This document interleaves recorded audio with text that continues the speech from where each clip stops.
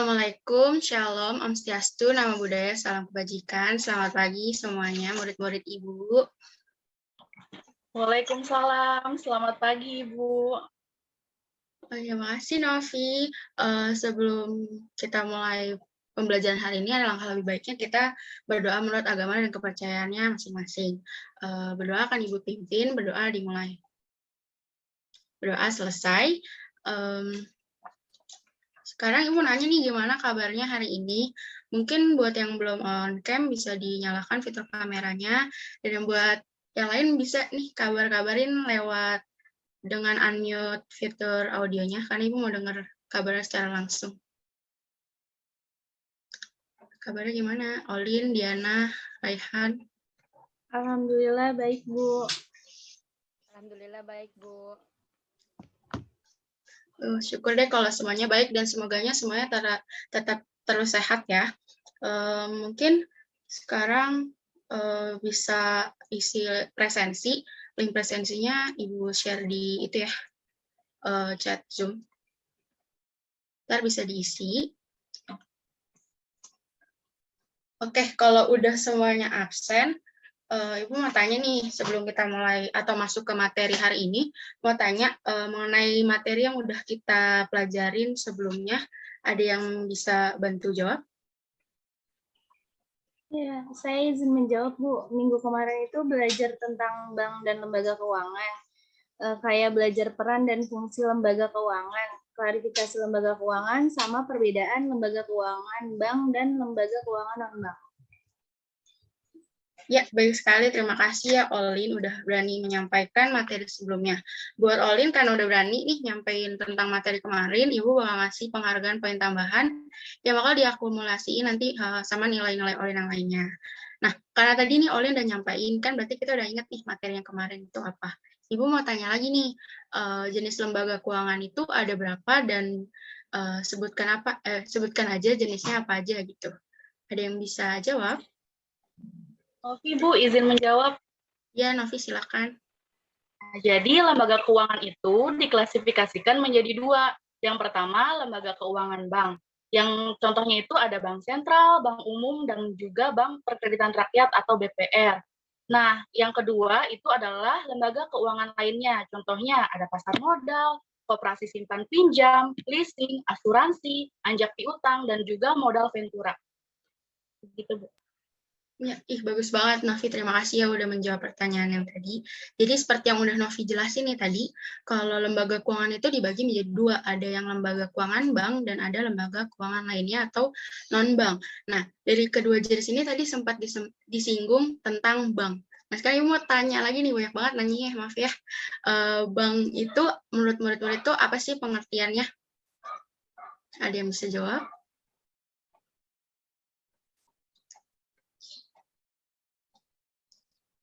Mungkin Olin bisa bantu jawab ya. Tempat menyimpan uang, Bu. Tempat menyimpan. Iya benar. Iya benar banget Olin. Jadi bank itu tempat menyimpan uang nasabah, tapi bank itu bukan hanya buat nyimpan uang nih, dia masih punya banyak kegiatan dan fungsi lainnya. Nah, kalau untuk mengetahui lebih lanjut nih fungsi dan kegiatannya, kita akan mempelajarinya di materi hari ini, yaitu fungsi bank. Jadi melalui materi hari ini diharapkan nih murid-murid Ibu semua bisa mendeskripsikan apa aja itu kegiatan perbankan dan bagaimana cara perbankan mencari keuntungan serta mengidentifikasi nih fungsi bank itu apa dan fungsinya bank sebagai perantara itu apa aja. Nah, juga Ibu mengharapkan murid-murid Ibu semua untuk memperhatikan serta mendengarkan materi yang disampaikan dengan baik, karena materi ini penting untuk dipelajari, karena kalau murid-murid semua udah mempelajari dan memahami materi hari ini akan mempermudah kalian semua untuk mempelajari materi selanjutnya. Dan juga kan nanti akan ada saatnya kalian menjadi pengguna bank sebagai nasabah. Jadi saat kalian udah paham fungsinya itu apa, kalian akan lebih yakin untuk menggunakan jasa bank. Dan kalau misalkan nanti saat penjelasan Ibu ada yang tidak dimengerti, bisa nanti langsung ditanyakan kepada Ibu ya. Oke, Ibu mau izin share screen nih semuanya.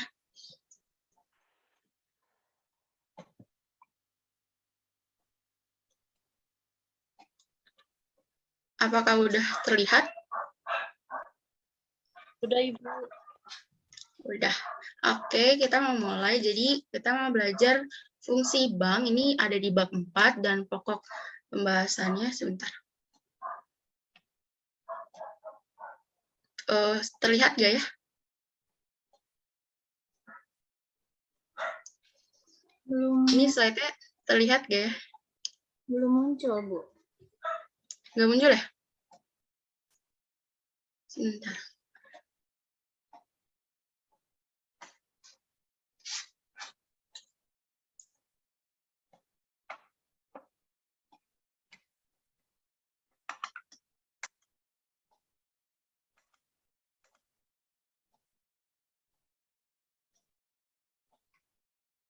Oke, karena nggak bisa di-share screen full screen, jadi share-nya segini aja ya.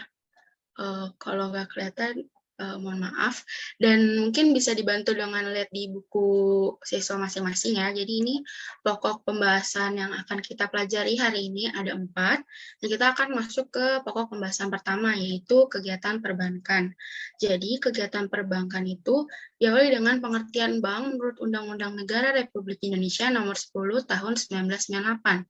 Di sini bank didefinisikan sebagai badan usaha yang menghimpun dana dari masyarakat dalam bentuk simpanan dan menyalurkannya kembali kepada masyarakat dalam bentuk kredit dan atau bentuk-bentuk lainnya dalam rangka meningkatkan taraf hidup rakyat banyak. Nah, dari pengertian bank ini dapat kita tarik kesimpulan bahwa bank itu memiliki 3 kegiatan inti. Yang pertama, menghimpun dana. Menghimpun dana ini dalam bentuk tabungan, masyarakat menyimpan dananya dalam bentuk tabungan maupun deposit atau giro. Lalu yang kedua itu menyalurkan dana. Menyalurkan dana ini dalam bentuk pinjaman atau kredit. Dan yang terakhir, ini adalah memberikan jasa bank lainnya. Jadi kegiatan perbankan itu ada 3, 2 diantaranya itu menghimpun dan menyalurkan dana adalah kegiatan pokok atau utama. Kalau untuk memberikan jasa bank lainnya adalah kegiatan pendukung. Jadi kegiatan perbankan itu bukan hanya menyimpan atau menghimpun dana ya, tadi yang seperti Olin bilang, tapi ada 3. Apa aja tadi 3 kegiatan perbankan? Ada yang bisa bantu jawab? Saya coba menjawab, Bu. Jadi kegiatan perbankan tadi ada 3, yaitu menghimpun dana, menyalurkan dana, dan memberikan jasa bank lainnya. Tepat sekali ya jawabannya Najib. Terima kasih ya udah bantu menjawab. Jadi perlu diingat kalau kegiatan bank itu bukan hanya menghimpun dana, tapi juga menyalurkan serta memberikan jasa lainnya. Dan perlu diingat juga kalau menghimpun dana dan menyalurkan dana merupakan kegiatan pokok bank. Kalau memberikan jasa bank lainnya itu merupakan kegiatan pendukung. Nah, baik, selanjutnya kita akan lanjut ke materi selanjutnya, yaitu fungsi perbankan. Fungsi perbankan itu secara umum menurut pengertian yang tadi itu menghimpun dana dari masyarakat dan menyalurkannya kembali kepada masyarakat untuk berbagai tujuan. Dan ini bisa disebut juga sebagai financial intermediary. Nah, financial intermediary ini adalah, jadi itu bank itu berperan sebagai perantara keuangan. Jadi dari masyarakat menghimpun dananya ke bank, lalu bank itu mengolah dana yang telah dihimpun dari masyarakat itu disalurkan dalam bentuk pinjaman, dan itu yang dibilang financial intermediary, atau singkatnya dapat dijelaskan sebagai bank menyalurkan dana dari pihak yang kelebihan dana atau disebut surplus unit kepada pihak yang kekurangan dana atau defisit unit. Nah, kalau secara spesifik, perbankan itu mempunyai fungsi ada 3. Yang pertama, agent of trust. Agent of trust itu diartikan sebagai gini, kegiatan bank itu didasari oleh kepercayaan, dengan maksud saat nasabah menitipkan atau menabungkan uangnya, di situ masyarakat mempunyai rasa kepercayaan kepada bank untuk menjaga, mengelola, serta saat dia ingin menarik uangnya, uang itu akan tetap ada. Dan kalau bank juga menitipkan rasa kepercayaannya kepada nasabah yang mengajukan kredit. Dia percaya kalau masyarakat yang meminjam itu akan mengembalikan dana yang dikreditkan beserta dengan bunganya. Lalu yang kedua ada agent of development. Jadi agent of development ini artinya gini, kegiatan perbankan itu kan masuk ke sektor moneter. Dan kalau pembangunan perekonomian itu masuk ke sektor real. Jadi setiap kegiatan perbankan seperti investasi, konsumsi, dan distribusi itu akan meningkatkan sektor moneter, yang mana kalau sektor moneternya baik, meningkat dengan baik, maka sektor realnya, yaitu pembangunan perekonomian juga akan menaik gitu. Jadi oleh sebab itu, bank ini memiliki fungsi sebagai agent of development atau menunjang pembangunan perekonomian melalui kegiatan perbankannya. Dan yang terakhir ada agent of services. Di sini kan services artinya jasa jamak. Jadi bukan hanya satu atau dua, tapi banyak jasanya. Jadi bank berfungsi memberikan layanan-layanan lainnya seperti jasa transfer uang, lalu menyimpan surat dan barang berharga, serta menyelesaikan tagihan. Nah, jadi seperti yang Ibu udah jelaskan, kalau fungsi perbankan itu secara spesifik ada 3, ada agent of trust, agent of development, dan agent of services. Nah, sekarang Ibu mau tanya nih, pengertian agent of trust kepada murid-murid. Menurut pengertian kalian aja, yang bisa jawab bisa raise hand atau langsung unmute. Saya Bu, saya Olin. Ya, Olin. Jawab. Pengertian dari agent of trust ialah bank menjalankan kegiatannya yang didasari oleh kepercayaan. Dengan maksud bank menerima kepercayaan dari nasabah yang menabungkan uangnya, dan bank memberi kepercayaan juga kepada nasabah yang mengajukan kredit. Jawabannya tepat dan jelas sekali ya, Olin. Terima kasih. Jadi tadi 3 fungsi perbankan secara singkat, yaitu agent of trust itu yang artinya kegiatan perbankan itu didasari oleh kepercayaan, lalu ada agent of development, di mana kegiatan perbankan membantu pembangunan perekonomian, dan terakhir adalah agent of services, yaitu kegiatan perbankan bukan hanya menghimpun dan menyalurkan dana, tapi menyediakan jasa lain-lain. Gitu. Apakah sejauh ini materinya dapat diterima dengan baik? Apa bisa dimengerti? Bisa dimengerti, Bu. Oke, kalau begitu kita lanjut lagi ke materi selanjutnya atau pokok pembahasan selanjutnya, yaitu cara perbankan mendapatkan keuntungan. Jadi perbankan atau bank mendapat keuntungan melalui 2 cara. Yang pertama, spread-based income, yaitu cara bank memperoleh keuntungan dengan atau dari selisih antara bunga simpanan dengan bunga pinjaman.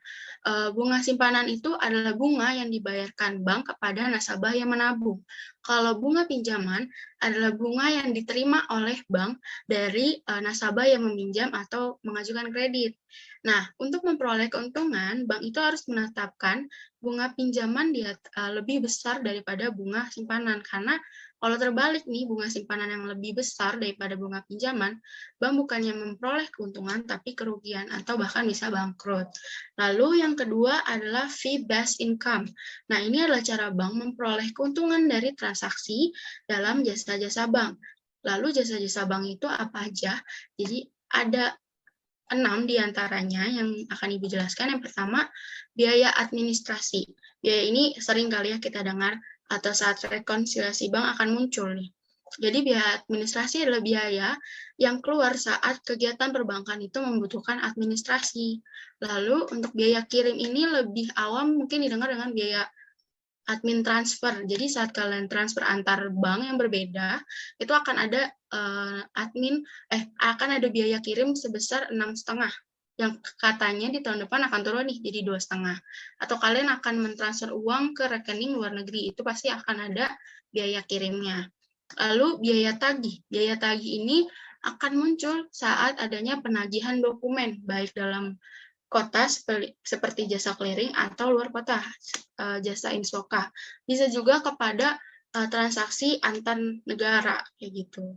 Terus kalau biaya provisi dan komisi itu adalah biaya yang muncul dalam kegiatan perkreditan. Kalau biaya sewa ini muncul saat kegiatan gini, di bank itu kan ada namanya safe deposit box ya. Jadi safe deposit box ini mungkin kalian kalau di film-film luar negeri suka lihat di bank itu ada satu ruangan yang penuh sama loker-loker atau laci-laci besar yang sampai di atas gitu. Nah, itu namanya safe deposit box. Nah, safe deposit box itu digunakan untuk menyimpan surat-surat berharga ataupun barang-barang berharga. Nah, bank itu memperoleh keuntungan dari sewanya. Jadi semakin lama menyewa atau semakin besar volume box-nya itu, semakin besar juga keuntungan yang bank terima. Lalu yang terakhir ada biaya iuran. Nah, biaya iuran ini muncul saat dari itu kartu-kartu bank seperti kartu kredit, dan biasanya itu munculnya setahun sekali atau dibebankannya setahun sekali. Oke, Ibu mau nanya nih, jadi kan tadi udah jelasin ya cara mendapatkan keuntungan itu ada berapa cara, ada 2 cara ya. Nah, itu apa aja, ada yang bisa bantu jawab? 2 cara bank mendapat keuntungan. Oh ya, Nurul silakan Saya jawab. izin jawab, Bu. Jadi jawabannya itu spread based income sama fee based income. Iya, benar. Terima kasih ya Nurul, terima kasih juga menyimak berarti nih Nurul. Dan kita akan lanjut ke materi terakhir di bab ini, yaitu fungsi bank sebagai perantara. Nah, bank ini sebagai perantara dengan maksud perantara keuangan, atau tadi sudah Ibu sebut juga di awal itu financial intermediary, yaitu bank itu berfungsi sebagai perantara keuangan. Jadi dengan maksud bank itu akan menerima himpunan dana atau tabungan dari pihak yang kelebihan dana atau surplus unit kepada, dan akan menyalurkan dana tersebut diolah dijadikan dalam bentuk pinjaman kepada pihak yang membutuhkan dana atau defisit unit. Nah, fungsinya sebagai perantara itu ada 6. Yang pertama, bank sebagai penyimpan atau penerima kredit dari masyarakat, atau dapat disebut kredit pasif. Lalu, bank juga yang kedua, bank sebagai pemberi kredit kepada masyarakat, yaitu kredit aktif. Yang ketiga, bank sebagai perantara lalu lintas moneter. Dan yang keempat, sampai ke 6 ini yang udah kita bahas di awal, yaitu penghimpun dana, penyalur dana, dan pelayanan jasa. Tadi kan udah Ibu bahas ya, kalau misalkan fungsi bank sebagai perantara atau financial intermediary itu ada 6. Nah, Ibu mau nanya nih, arti intermediary itu apa? Ada yang bisa jawab?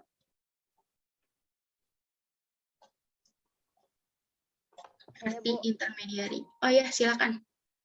Saya Diana Nisa izin menjawab. Jadi intermediary itu gimana bank menjadi perantara keuangan antara pihak yang kelebihan dana atau surplus unit dengan pihak yang membutuhkan dana atau defisit unit. Ya, betul sekali Diana. Terima kasih ya. Jadi itu materi yang Ibu mau sampaikan hari ini. Kalau ada yang ingin bertanya, dipersilahkan. Bu, saya izin bertanya dong. Iya, Nurul, silahkan. Tadi saya masih kurang paham soal fungsi bank yang agent of development itu, Bu. Boleh dijelaskan lagi nggak, Bu? Oke, terima kasih Nurul atas pertanyaannya. Jadi, bank berfungsi sebagai agent of development.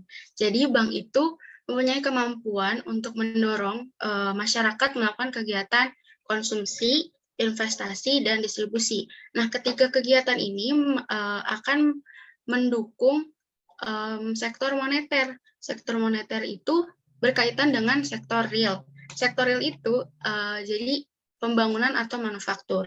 Jadi di saat bank dapat mendukung atau mendorong masyarakat untuk lebih banyak berinvestasi, mengkonsumsi barang atau jasa, serta distribusi, itu akan meningkatkan sektor moneter. Nah, karena sektor moneter itu punya hubungan garis lurus, jadi saat kalau moneternya naik, sektor real juga akan meningkat. Jadi itu yang dimaksud dengan agent of development. Jadi saat bank berhasil meningkatkan sektor moneter, maka sektor real atau pembangunan itu juga dapat meningkat dengan baik. Itu artinya agent of development. Apakah sudah mengerti, Nurul?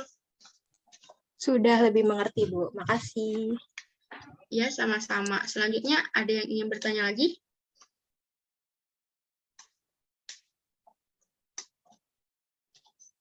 Apakah masih ada? Apa sudah cukup?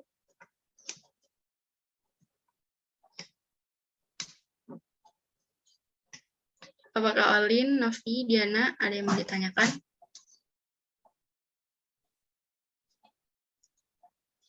Sepertinya, oh iya, tidak sudah cukup ya.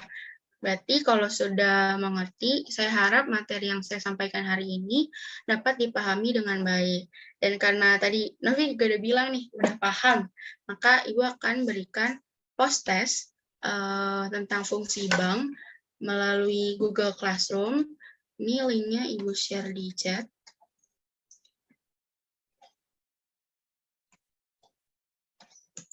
Nah, ini prosesnya dikerjakan selama 5 menit. Dan tesnya ini merupakan uraian singkat. Dijawabnya dengan jujur ya, karena kalau nggak jujur, Ibu nggak tahu nih murid-murid semua paham sampai mana materinya. Sekarang linknya udah bisa diakses, mungkin udah bisa dikerjakan. Selamat mengerjakan. Baik, Bu. Oke, ini udah 5 menit. Jadi sudah selesai waktu post-testnya. Terima kasih yang udah mengerjakan tesnya dengan jujur. Semoga hasilnya itu memuaskan, karena misalkan hasilnya itu baik, berarti kan murid-murid semua udah mengerti materi hari ini. Mungkin saya mau simpulkan materi hari ini. Hari ini kita udah belajar tentang fungsi bank. Dari kegiatan perbankan itu ada 3 intinya. Yang pertama menyimpan dana atau menghimpun dana, lalu menyalurkan dana, serta memberikan jasa-jasa yang lainnya. Lalu ada juga kita belajar tentang fungsi bank, fungsi perbankan. Dia walaupun secara umum hanya menyalurkan dan menghimpun dana, tapi harusnya diingat secara spesifik bahwa bank itu punya 3 fungsi yang penting juga, yaitu agent of trust, yang dimana kegiatan perbankan didasari oleh kepercayaan, lalu ada agent of development, di mana bank kegiatan perbankannya itu mempengaruhi pembangunan perekonomian negara, serta yang ketiga yaitu agent of services, di mana bank bukan hanya menghimpun dan menyalurkan dana, tapi memberikan jasa-jasa yang lainnya. Lalu kita juga udah belajar tentang bagaimana cara bank memperoleh keuntungan melalui spread based income, di mana bank memperoleh dananya dari sesi bunga simpanan dengan bunga pinjaman. Lalu yang kedua melalui fee based income, di mana bank itu memperoleh keuntungannya dari jasa-jasa lain yang diberikan. Dan yang terakhir, bank itu punya fungsi sebagai perantara keuangan atau financial intermediary, di mana bank itu berfungsi untuk menghimpun dana dari pihak yang kelebihan dana atau surplus unit, dan lalu mengelolanya dan menyalurkannya dalam bentuk pinjaman kepada pihak yang membutuhkan dana atau defisit unit. Jadi itu materi yang disampaikan hari ini, dan selanjutnya saya akan memberikan tugas, di mana tugas itu terdapat di lembar kerja peserta didik di buku siswa halaman 71. Tugas ini dikerjakan dengan tulis tangan, di-scan dan dijadikan satu file.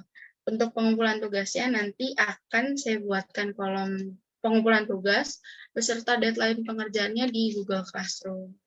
Apakah sudah mengerti tugasnya? Udah, Ibu. Udah, Bu. Sip sih. Berarti minggu depan kita akan mempelajari ke bab selanjutnya, yaitu bank dan kantor bank. Jadi mohon dibaca materinya dan boleh banget dibuat ringkasannya supaya minggu depan kita sudah murid-murid semua udah lebih paham tentang materinya. Oke, saya rasa pertemuan hari ini cukup. Saya harap materi hari ini bisa dipahami dengan baik, dan jangan lupa dikerjakan tugasnya dan dibaca materi selanjutnya, dan tetap dijaga ya semangat belajarnya walaupun tugasnya banyak. Dan karena tadi kita udah buka kegiatannya dengan doa, maka kita akan tutup kelas ini dengan berdoa juga. Berdoa sesuai agama dan kepercayaan masing-masing dimulai. berdoa selesai. Sekali lagi saya mengucapkan terima kasih kepada murid-murid yang sudah hadir tepat waktu, serta mengikuti kelas dari awal hingga akhir. Pesan saya di pandemi ini tetap stay safe, stay healthy, dan mungkin bisa terus menjaga kesehatannya. Have a good day, see you next time. Selamat pagi semuanya, udah boleh leave dari room Zoom. Terima kasih, Bu. Ya, sama-sama. Terima kasih, Bu.